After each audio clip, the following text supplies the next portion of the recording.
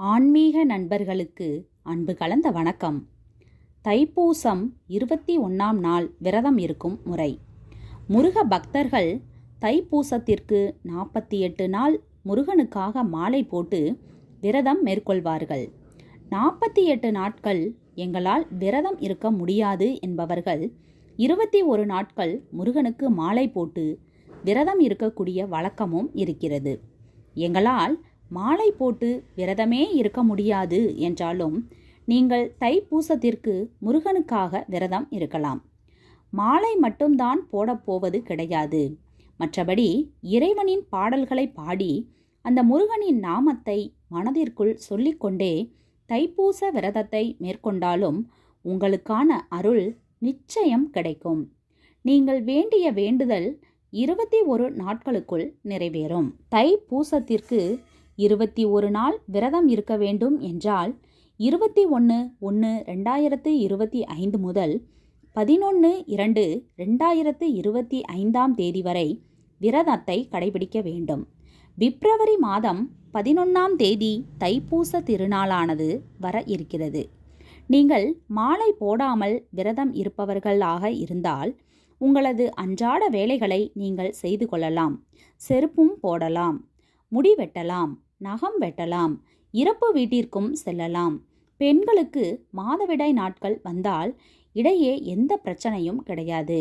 ஆனால் மாலை போட்டு விரதம் இருந்தால் சபரிமலைக்கு எப்படி சில விஷயங்களை கடைபிடிப்போம், அதே போலதான் முருகனுக்கும் மேலே சொன்ன விஷயங்களையெல்லாம் கடைபிடித்து விரதத்தை மேற்கொள்ள வேண்டும். மாலை போடாமல் விரதம் இருப்பவர்கள் கடைபிடிக்க வேண்டியது: நீங்கள் மாலை போடாமல் விரதம் இருப்பதாக இருந்தால் காலை 6 மணிக்கு முன்பாகவே முருகப்பெருமான் திருவுருவ படத்திற்கு விளக்கு ஏற்றி வைத்துவிட்டு முருகனுக்கு உகந்த ஏதாவது ஒரு பாடலை படிக்க வேண்டும். பாடலை முழுசாக படிக்க முடியவில்லை என்றாலும் ஏதாவது 4 வரி பாடலை படிக்க வேண்டும். திருப்புகழ், கந்தர் அலங்காரம், கந்தசஷ்டி கவசம், கந்தர் குரு கவசம், வேல்மாறல், இதிலிருந்து ஏதாவது ஒரு 4 வரிகளை படித்தாலும் போதும். ரொம்ப நல்லது. அதே போலதான் மாலை நேரத்திலும் மாலை 6 மணிக்கு மேலாக பூஜை அறையில் முருகனின் திருவுருவ படத்திற்கு முன்பாக விளக்கு ஏற்றி வைத்துவிட்டு முருகனுக்கு உகந்த ஒரு பாடலை படியுங்கள். எதுவுமே சொல்ல முடியவில்லை என்றால் தினமும் 27 முறை ஓம் சரவண பவ மந்திரத்தை சொல்லி முருகனை நினைத்து விரதம் இருக்கலாம். அசைவம் சாப்பிடக்கூடாது. அடுத்தவர்கள் மனது நோகும்படி பேசக்கூடாது. யாருக்கும் கெடுதல் நினைக்கக்கூடாது. கோபப்படக்கூடாது. அமைதியாக வேலை செய்யக்கூடிய நேரம் போக மீதம் நேரம் எல்லாம் முருகனின் நினைவோடு நீங்கள் இந்த நாட்களை கழிக்க வேண்டும். வரக்கூடிய 21ஆம் தேதி செவ்வாய்க்கிழமையிலிருந்து இந்த விரதத்தை துவங்கி பாருங்கள்.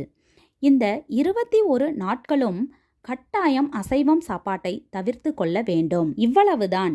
இந்த சுலபமான விஷயங்களை பின்பற்றி விரதம் இருந்தால் நீங்கள் வைத்த வேண்டுதல் நிச்சயம் தைப்பூசத்தன்று நிறைவேறிவிடும்.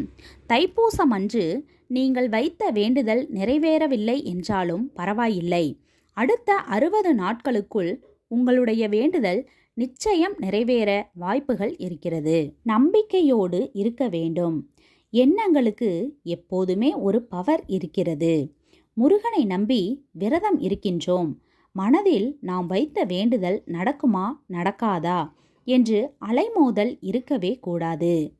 ஆத்மார்த்தமாக சந்தேகமில்லாமல் நாம் வைத்த வேண்டுதல் நிச்சயம் நடக்கும் என்று நம்பி முருகனுக்கு இந்த விரதத்தை இருக்க துவங்குங்கள்.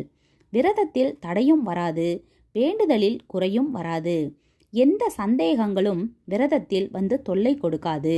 முருகனை நினைத்து நீங்கள் வழிபாட்டை தொடர்ந்து செய்து கொண்டு வாருங்கள். தைப்பூசத்தன்று வீட்டு பக்கத்தில் இருக்கும் ஏதாவது முருகன் கோவிலுக்கு சென்று வழிபாட்டை மேற்கொண்டு விரதத்தை நிறைவு செய்து கொள்ளலாம்.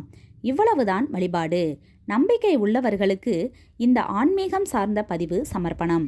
இந்த வீடியோ உங்களுக்கு பிடிச்சிருந்தா ஒரு லைக் கொடுத்துருங்க.